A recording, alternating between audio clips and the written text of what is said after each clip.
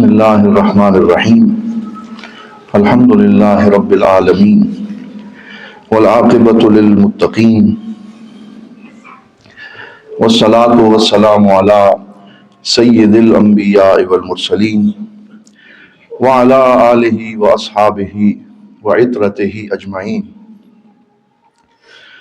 اما بعد فاعوذ باللہ من الشیطان الرجیم بسم اللہ الرحمن الرحیم قال اللہ تبارک و تعالی فی القرآن المجید والفرقان الحمید ان ھذا القرآن یہدی للتی ہی اقوم ویبشر المؤمنین الذین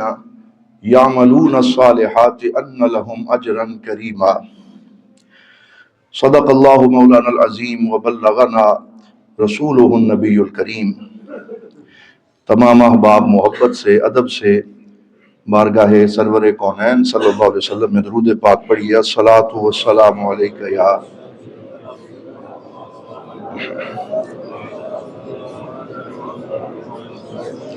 الصلاۃ والسلام علیک یا رحمۃ للعالمین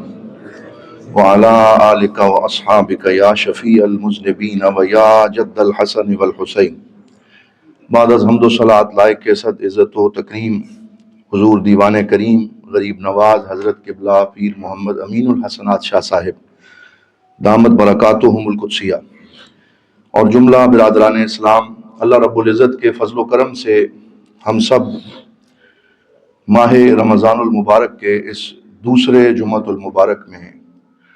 اللہ پاک کی بارگاہ میں حاضر ہیں۔ دعا ہے اللہ تعالی ہم سب کی حاضری اپنی بارگاہ میں قبول و منظور فرمائے۔ حضرات محترم، قرآن حکیم کی جو آیہ کریمہ پڑھنے کا شرف حاصل کیا ہے، اس میں اللہ رب العزت نے قرآن کو کتاب ہدایت کے طور پہ ذکر فرمایا اور ارشاد فرمایا ان ھذا القرآن یہدی للتی ہی اقوم، کہ یہ قرآن اس راستے کی طرف رہنمائی کرتا ہے اور ہدایت عطا فرماتا ہے جو سب سے زیادہ سیدھا راستہ ہے، اور جو انسان قرآن حکیم کے بتائے ہوئے راستے پر چلتا ہے تو وہ صراط مستقیم پہ گامزن ہو جاتا ہے۔ ہدایت دین کے اندر ایک مرکزی مفہوم ہے اور اس کو بہت زیادہ اہمیت دی گئی، لیکن آج ہمارے ہاں بعض مفاہیم میں جب کسی کو یہ کہا جائے کہ اللہ تعالیٰ تجھے ہدایت عطا فرمائے تو بعض لوگ اس پہ سیخ پا ہوتے ہیں کہ تم نے مجھے ایسے کیوں کہا، اور کچھ لوگ یہ کہتے ہیں کہ اگر ان سے پوچھا جائے کہ آپ نماز کیوں نہیں پڑھتے، آپ خیر کی راہوں کی طرف کیوں نہیں آتے، تو وہ لبرل اور لادین قسم کی سوچ رکھتے ہوئے کہتے ہیں کہ ابھی اللہ تعالیٰ نے ہدایت نہیں دی، جب ہدایت دے گا تو دیکھی جائے گی، اور طرح طرح کی باتیں سننے میں ملتی ہیں۔ حالانکہ ہدایت وہ مرکزی مفہوم ہے جو پورے قرآن پاک کے مقصد کے طور پہ ذکر کیا گیا، اور سورہ بقرہ کے آغاز میں اللہ رب العزت نے ارشاد فرمایا ذالک الکتاب لا ریب فیہ ھدی للمتقین، کہ یہ وہ کتاب ہے جس میں کسی شک و شبہ کی گنجائش نہیں، اور یہ تقوی والوں کے لیے سراپا ہدایت بنا کے بھیجی گئی۔ تو یہ تو مقاصد قرآن میں سے اولین مقصد ہے، اور آپ اندازہ فرمائیں کہ وہ سورت جسے بار بار پڑھنے کا ہمیں حکم دیا گیا اور جس کے بارے میں اللہ رب العزت نے ارشاد فرمایا وَلَقَدْ آتَيْنَاكَ سَبْعًا مِّنَ الْمَثَانِي وَالْقُرْآنَ الْعَظِيمِ، کہ ہم نے آپ کو بار بار پڑھی جانے والی 7 آیتیں عطا فرمائیں جنہیں سورہ فاتحہ اور ام الکتاب کہا جاتا ہے۔ اس ام الکتاب جسے پورے قرآن کا خلاصہ بتایا گیا، اس کے بالکل سینٹر کے اندر ہدایت کو رکھا گیا،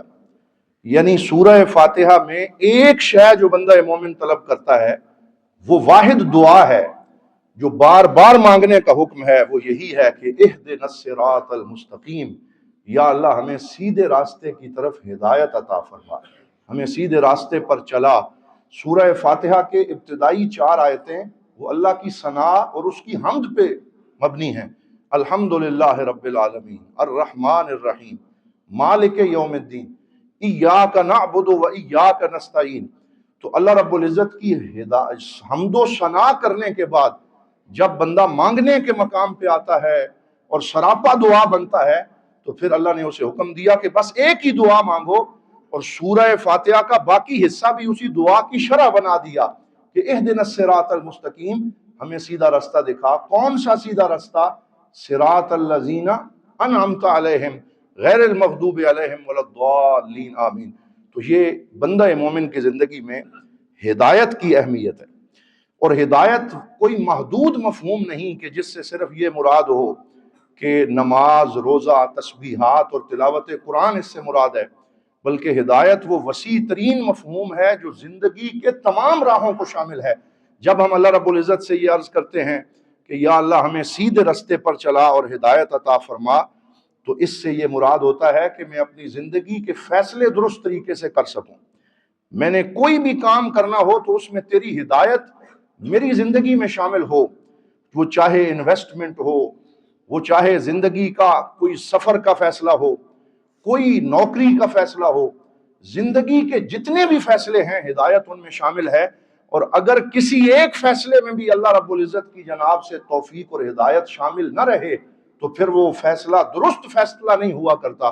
لہٰذا ہدایت کا مفہوم بھی بڑا وسیع ہے، اسے محدود نہیں کرنا چاہیے، بلکہ جو کام بھی زندگی کا ہم کرنے لگیں تو اللہ رب العزت کی بارگاہ میں پھر کہنا چاہیے یا اللہ یہ میری زندگی کا ایک اہم معاملہ ہے، اور اس معاملے کو بھی میں اپنی مرضی سے نہیں کرنا چاہتا، بلکہ اس میں بھی اپنی جناب سے تو مجھے ہدایت عطا فرما۔ تو یہ وہ حکم ہے جو اللہ رب العزت نے ہمیں ارشاد فرمایا کہ ساعدنی یا رب ان اخذ القرار الصحیح۔ یہ ہدایت کا مفہوم ہے کہ اے میرے رب تو میری مدد فرما تاکہ میں صحیح اور درست فیصلہ کر سکوں۔ اور معجم الوسیط کے اندر ہادی کا جو معنی لکھا ہوا ہے وہ یہ ہے کہ الہادی الذی یدلک علی الطریق برفق، کہ ہادی اسے کہتے ہیں جو تجھے سیدھے راستے کی طرف چلاتا ہے، سختی سے نہیں چلاتا بلکہ نرمی اور رحمت سے چلاتا ہے۔ تو اس ہدایت میں نرمی کا مفہوم ہے، رفق کا مفہوم ہے کہ اللہ رب العزت جب کسی پہ کرم کرتا ہے تو وہ جب ہدایت عطا فرماتا ہے تو اس میں اس کا کرم بھی شامل ہوتا ہے، نرمی اور رحمت بھی شامل ہوتی ہے، کیونکہ اللہ رب العزت سراپا رحمت ہے۔ اور یہ مفہوم ہمیں سیرت میں بھی ایک جگہ بڑے خوبصورت انداز میں ملتا ہے کہ جب ہمارے پاک نبی کہہ دیجئے صلی اللہ علیہ وآلہ وسلم ہجرت کے سفر پہ نکلے اور سیدنا ابو بکر صدیق رضی اللہ تعالی عنہ کو حضور کی صحبت کا شرف حاصل ہوا، تو وہ فرماتے ہیں ہم رات کے وقت مکہ سے غار ثور کی طرف جا رہے تھے، تو ایک میرا پرانا دوست تاجر مجھے مل گیا، وہ مجھے تو جانتا تھا لیکن رسول اکرم صلی اللہ علیہ وسلم سے اسے شناسائی نہ تھی۔ میرا تجارتی وہ جو ہے وہ دوست تھا، مجھے کہنے لگا کہ من معک، کہ تمہارے ساتھ کون ہے اے ابو بکر اور کہاں جا رہے ہو؟ تو سوچنے لگے کہ اگر میں اسے سچ بتاتا ہوں کہ یہ میرے نبی صلی اللہ علیہ وسلم ہے تو حضور کی زندگی کے لیے خطرہ ہوگا اور مجھے بتانے کا حکم نہیں، اور اگر میں اس کو چھپاتا ہوں تو میری صداقت پہ حرف آئے گا۔ تو اللہ نے ان کے ذہن میں یہ بات ڈالی کہ انہوں نے یہ خوبصورت جملہ فرمایا ھذا ھادی یہدنی الی الطریق، فرمایا یہ میرے ہادی ہیں، مجھے راستہ دکھانے والے ہیں، یہ میرے ہادی ہیں، مجھے راستہ دکھانے والے ہیں۔ اس نے سمجھا کہ یہ گائیڈ کی بات کر رہے ہیں جو اس زمانے میں گائیڈ ساتھ رکھے جاتے تھے، لیکن حضرت ابو بکر تو اپنا سچ بول گئے کہ یہ وہ ہستی ہیں جو ان کے نقش قدم پہ چلتا ہے، اسے دنیا کا راستہ بھی معلوم ہو جاتا ہے، اسے آخرت کا راستہ بھی معلوم ہو جاتا ہے۔ تو حضور صلی اللہ علیہ وسلم بھی سراپا ہدایت بن کے تشریف لائے، اور اللہ تعالیٰ نے جب حضرت موسیٰ علیہ السلام کو حکم دیا کہ آپ جا کے فرعون کے سامنے حق کا اعلان فرمائیں، اور آپ وہاں گئے، تو اللہ تعالیٰ ارشاد فرماتا ہے کہ فرعون نے حضرت موسیٰ علیہ السلام سے پوچھا قال فمن ربکما یا موسیٰ، اے موسیٰ بتاؤ تمہارا اور ہارون کا رب کون ہے؟ تو حضرت موسیٰ علیہ السلام نے فرمایا ربنا الذی اعطی کل شیء خلقہ ثم ہدی، فرمایا ہمارا رب وہ ہے جس نے ہر چیز کو اس کی تخلیق عطا فرمائی، اور صرف تخلیق نہیں فرمایا بلکہ تخلیق کرنے کے بعد اس کی زندگی کے راستوں پر اس کی ہدایت بھی اس کو عطا فرما دی۔ تو اللہ نے ہر بندے کو دو چیزیں عطا فرمائی ہیں، ایک اسے تخلیق بخشی، پھر تخلیق کے بعد زندگی کی راہوں پہ اسے ہدایت عطا فرمائی تو اس آیت کی شرح کرتے ہوئے امام متولی شعراوی جو بہت خوبصورت مفسر قرآن ہیں اور ہمارے حضور ضیاء الامت کے ہم اثر ہیں، کہ حضرت ضیاء الامت کا وصال بھی 1998 میں اور امام متولی شعراوی کا وصال مصر میں 1998 میں، اور یہ دونوں مفسر قرآن ہیں۔ حضرت ضیاء الامت نے ضیاء القرآن لکھی اور امام شعراوی نے تفسیر شعراوی لکھی، اور دونوں اپنے اپنے حلقوں میں اتنے مقبول ہیں کہ اللہ نے مصر میں امام شعراوی کو بلا امتیاز مذہب و مسلک جو ہے وہ شان اور رفعت عطا فرمائی، اور ہمارے اس پوری پاکستان اور عالم میں حضور ضیاء الامت کو بھی اللہ تعالیٰ نے بلا امتیاز مذہب و مسلک شان عطا فرمائی، کہ ہر مذہب اور ہر جو ہے وہ مسلک کا بندہ حضرت ضیاء الامت کے اعتدال وسطیت کی وجہ سے، آپ کی فکر سے، آپ کی تفسیر سے محبت رکھتا ہے۔ تو یہ سملیرٹیز ہیں حضور ضیاء الامت اور امام متولی شعراوی میں۔ تو امام متولی شعراوی ایک امریکی سائنسدان کے حوالے سے اس آیت کی تفسیر میں لکھتے ہیں کہ قال ربنا الذی اعطى كل شیء خلقه ثم هدى، فرمایا کہ وہ امریکی سائنسدان کہتا ہے میں صحرا میں گیا اور میں نے صحرا کے اندر مشاہدہ، ان لوگوں کی عادت ہے یہ کرتے رہتے ہیں، اور انہوں نے جیوگرافک چینل بنا رکھے ہیں اور اس پہ ہر مخلوق کو یہ لوگ پڑھتے ہیں، یہ تو ہمیں حکم دیا گیا تھا لیکن عمل وہ لوگ ان چیزوں پہ کر رہے ہیں۔ تو وہ کہتا ہے کہ میں نے دیکھا کہ ایک ایسا چھوٹا سا جانور جسے خار پشت کہا جاتا ہے اردو میں، اور ہم اسے اپنی پنجابی زبان میں سینگ کہتے ہیں، جس کے اوپر کانٹے بہت زیادہ ہوتے ہیں، اور اسے عربی زبان میں قنفذ کہا جاتا ہے۔ تو میں نے اس کو دیکھا کہ ایک اژدہا وہاں پہ پڑا ہے مرا ہوا، اور وہ اس اژدہا کا گوشت نوچتا ہے، وہ جو خار پشت ہے، اور تھوڑا سا گوشت اس کا نوچنے کے بعد دوسری طرف ایک صحرا کی جڑی بوٹی ہے، اس کے پتے جا کے وہ کھاتا ہے، پھر ادھر آ کے اس کا گوشت نوچتا ہے، پھر جا کے اس کے وہ پتے جو ہے وہ کھاتا ہے۔ تو جب یہ چیز میں نے دیکھی تو وہ سائنسدان کہتا ہے میں نے وہ جڑی بوٹی اور پتے ہٹا دیے، اب دوبارہ جب وہ خار پشت وہاں گیا اور اس اژدہا کا گوشت نوچا، واپس آیا تو وہ پتے موجود نہیں تھے، تو تھوڑی دیر میں وہ مر گیا، ختم ہو گیا۔ تو وہ حیران رہ گیا، کہتا ہے اس خار پشت کو کس نے بتایا کہ ثعبان اور سانپ کے اندر اس کے گوشت میں جو زہر موجود ہے، اس زہر کو ختم کرنے کا طریقہ یہ پتے کھانا ہے؟ یہ کس نے اس کو بتا دیا کہ جو ہی وہ پتے ہٹ گئے وہ اسی جگہ پہ اس کی ڈیتھ ہو گئی؟ تو اس نے، امام شعراوی فرماتے ہیں اگر وہ مسلمان ہوتا تو وہ قرآن کی یہ آیت پڑھتا کہ ربنا الذی اعطى كل شیء خلقه ثم هدى، کہ اللہ وہ ہے جس نے ہر چیز کو تخلیق بھی بخشی ہے اور زندگی کی راہوں میں آگے بڑھنے کا شعور بھی عطا فرمایا، کہ کس طریقے سے میں نے اپنی زندگی کو گزارنا ہے اور آگے بڑھنا ہے۔ اسی طرح مصر کے اندر وہ فرماتے ہیں کہ مصر کے اندر جو اکثر عثمان کا علاقہ ہے اور جو ساحل سمندر کا علاقہ کوہ طور کی طرف ہے، وہاں پر سمندر کے کنارے بڑے بڑے جال مچھیرے لگاتے ہیں، مچھلیوں کے لیے نہیں لگاتے، اور وہ 12 اگست کی تاریخ میں لگانا شروع کرتے ہیں اور 22 سپتمبر تک ہر سال لگاتے ہیں، اور ان کا منہ آسمان کی طرف کرتے ہیں، کیونکہ امریکہ کے ساحلوں سے طویل سفر کرنے کے بعد کوئل کے پرندوں کے جھنڈ آتے ہیں، اور وہ 12 اگست کو ہی مصر کے اس ساحل پہ پہنچتے ہیں، اور شکاریوں کو پتا ہوتا ہے کہ کوئل کے جھنڈ آج ہی آئیں گے، اور جو تاریخ ہر سال ان کے آنے کی ہوتی ہے وہ اس سے پیچھے نہیں ہٹتے، اسی دن پہنچتے ہیں۔ تو یہ جو ان کا روٹ اللہ تعالیٰ نے طے کیا ہے، فرمایا یہ بھی اس چیز کی تفسیر ہے کہ ربنا الذی اعطى كل شیء خلقه ثم هدى، اور اس طرح کی بے شمار مثالیں سائنس سے انہوں نے پیش کی ہیں۔ ایک عراق کے بہت بڑے اسکالر ہیں جن کا نام ہے ڈاکٹر فاضل السامرائی، آج بھی زندہ ہیں اور ان کے لیکچر عربی زبان میں بہت معروف ہیں۔ یہ پہلے ملحد اور ایتھیسٹ تھے، اللہ رب العزت کے وجود کے نعوذ باللہ انکاری تھے۔ ان سے انٹرویو لیا گیا کہ آپ ایمان کی طرف کیسے آئے، آپ کو یہ شرف کیسے عطا ہوا؟ تو ڈاکٹر فاضل السامرائی اپنے انٹرویو میں فرماتے ہیں کہ میں بڑا مضطرب اور بے چین تھا، مجھے کسی مطالعے کے اندر سکون نہیں ملتا تھا، کیونکہ میں اللہ تعالیٰ کے وجود کا انکاری تھا، ہر وقت اضطراب میرے اوپر طاری ہوتا، کبھی کبھی میرا والد آ کے مجھے پکڑ کے کہتا اینا انتا، کن سوچوں میں تو گم ہے، پھر میں ان سوچوں سے باہر نکلتا۔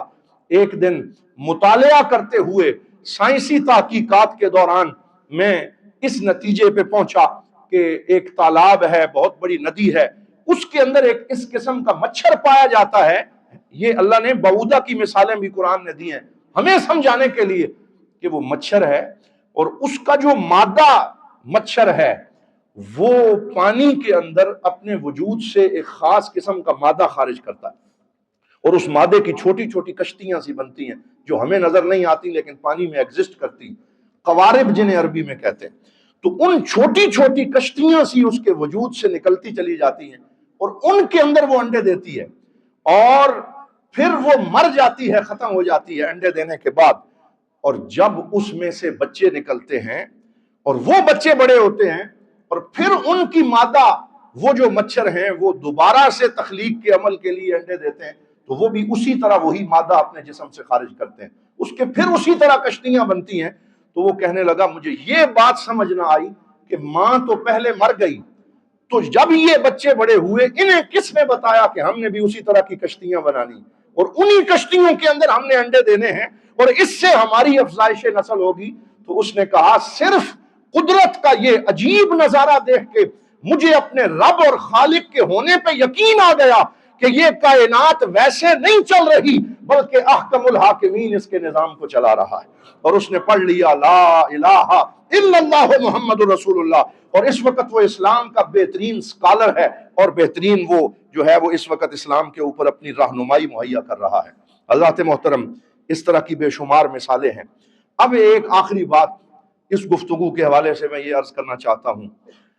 کہ ہدایت باقی مخلوقات کو بھی اللہ تعالیٰ عطا فرماتا ہے اور انسان کو بھی عطا فرماتا ہے، لیکن ان دونوں میں فرق یہ ہے کہ باقی ساری مخلوقات کی زندگی کے راستے پہ چلنے میں انہیں اختیار نہیں بخشا گیا، بلکہ ان کی ہدایت طوعاً و کرہاً، ہر معاملے میں انہوں نے جس روٹ پہ چلنا ہے اسی پہ چلنا ہے، وہ ادھر ادھر نہیں ہو سکتے. یہ اجرام سماویہ، یہ فلکیاتی نظام، یہ جتنے جانور ہیں، انسیکٹس ہیں، حشرات ہیں، ان سب کی زندگی کے روٹ اللہ نے طے کر دیے جن سے وہ ڈائیورٹ نہیں ہو سکتے، اور ان کی جو ہدایت انہیں بخشی ہے انہوں نے اسی پہ چلنا ہے. لیکن انسان پہ اللہ نے یہ کرم بھی فرمایا اور اس پہ یہ امتحان بھی ڈالا کہ ہم نے تمہیں جو ہدایت عطا فرمائی ہے وہ بھی اللہ کی طرف سے، لیکن اس میں تجھے اختیار بھی بخشا، تمہیں آزادی بھی بخشی کہ تمہارے لیے دونوں راستے ہیں، وَهَدَيْنَاهُ النَّجْدَيْنِ، کہ تمہارے لیے دونوں راستے ہیں. اب اپنے اختیار اور پورے شعور کے ساتھ جب تم اللہ رب العزت کی بارگاہ میں سجدہ کرتے ہوئے سبحان ربی الاعلیٰ کہتے ہو، تو ہم اپنی تمام مخلوقات میں تمہیں اشرف المخلوقات بنا دیتے ہیں، کیونکہ انسان جو سجدہ کرتا ہے اس میں اس کا شعور، اختیار، آزادی اور حریت شامل ہے. اس لیے انسان کی ہدایت بھی باقی مخلوقات کی ہدایت سے اعلیٰ اور عرفہ ہے، اور اس کا مقام بھی اعلیٰ اور عرفہ ہے. لیکن علماء کرام فرماتے ہیں کہ انسان کی ہدایت کے لیے اللہ نے ایک شرط رکھی ہے اور 3 ایسے رکاوٹیں ہیں جن سے بچنے کا حکم دیا، تب اس کی ہدایت کا یہ مفہوم مکمل ہوتا ہے. وہ شرط کیا ہے؟ فرمایا شرط ایک ہے، اور وہ قرآن حکیم کی یہ آیت ہے کہ وَالَّذِينَ جَاهَدُوا فِينَا لَنَهْدِيَنَّهُمْ سُبُلَنَا وَإِنَّ اللَّهَ لَمَعَ الْمُحْسِنِينَ، کہ اے انسان تجھے ہدایت تیرا رب اس وقت دے گا جب تو اپنے اندر یہ تڑپ پیدا کرے گا، مجاہدہ کرے گا، اللہ رب العزت کی بارگاہ میں عرض کرے گا یا اللہ میں اپنے عقل و شعور سے منزل تک نہیں پہنچ سکتا، تو اپنے کرم سے مجھے ہدایت عطا فرما. مانگنا تیرا کام ہے، مجاہدہ نفس کرنا تیرا کام ہے. فرمایا جو مجاہدہ نفس کرتے ہیں اور ہماری طرف چلتے ہیں وہ 1 قدم چلتے ہیں، ہماری رحمت 10 قدم آگے بڑھ کے اس کا استقبال کرتی، ہم اس کے لیے زندگی کی راہیں کھول دیتے ہیں. اور حضور ضیاء الامت رحمۃ اللہ تعالی علیہ یہاں لکھتے ہیں لَنَهْدِيَنَّهُمْ سَبِيلَنَا، نہیں فرمایا بلکہ فرمایا لَنَهْدِيَنَّهُمْ سُبُلَنَا، کہ ہم پھر انہیں ایک راستہ نہیں بتاتے بلکہ زندگی میں کامیابی کے سارے راستے ان کے لیے کھول دیتے ہیں، اور پھر وہ جس راستے پہ قدم رکھتے ہیں کامیابیاں ان کا قدم چومنا شروع کر دیتی ہیں. شیخ احمد خیر العمری ایک سکالر ہیں، انہوں نے ہدایت کے مفہوم پہ قرآن میں جتنی آیات آئی ہیں ان کو جمع کر کے اس نتیجے پہ وہ پہنچے کہ شرط یہ ہے اور رکاوٹیں 3 ہیں، اور وہ رکاوٹیں یہ ہیں کہ جن کو ہدایت نہیں دی جاتی وہ 3 آیتیں ہیں. ان اللہ لا یہدی القوم الظالمین، ان اللہ لا یہدی القوم الفاسقین، ان اللہ لا یہدی القوم الکافرین۔ فرمایا اللہ تعالیٰ پہلی رکاوٹ یہ ہے کہ جو ظلم کرتا ہے، کسی بھی قسم کا ظلم جو کر رہا ہے اور ایک طرف وہ ہدایت مانگ رہا ہے، تو ظالم کو اللہ ہدایت نہیں دیتا۔ تو زندگی میں کسی طرح کا ظلم کسی کے ساتھ نہ کیا جائے۔ اور دوسری شرط اور رکاوٹ یہ ہے کہ لا یہدی القوم الفاسقین، کہ جو فسق و فجور میں مبتلا ہے اور اللہ رب العزت کی حدود کو پامال کرتا ہے اور جن چیزوں سے اس نے منع کیا وہ ان کی طرف جاتا ہے، تو جو فسق و فجور میں مبتلا ہوتا ہے اس کو ایسی رکاوٹ اس کی راہ میں آ جاتی ہے جسے وہ توبہ کے بغیر عبور نہیں کر سکتا۔ اور آخری شرط فرمایا لا یہدی القوم الکافرین، کہ جس میں کفر یا ناشکری پائی جاتی ہے، کیونکہ کفر کے دونوں معنی علماء نے ذکر کیے، ایک کفر لغوی ہے اور ایک کفر اصطلاحی ہے، دونوں معنوں کے اعتبار سے وہ ناشکرا بھی نہ ہو، وہ کافر بھی نہ ہو۔ تو فرمایا جو یہ رکاوٹیں عبور کر کے محنت کرتا ہے، پھر اللہ تعالیٰ اسے جو ہدایت عطا فرماتا ہے، ساری زندگی بھی اس کی آسان ہو جاتی ہے اور اسے آخرت کے اندر بھی اللہ رب العزت بہترین جو ہے وہ راستے نصیب فرماتا ہے۔ حضرات محترم، یہ وہ ہدایت کا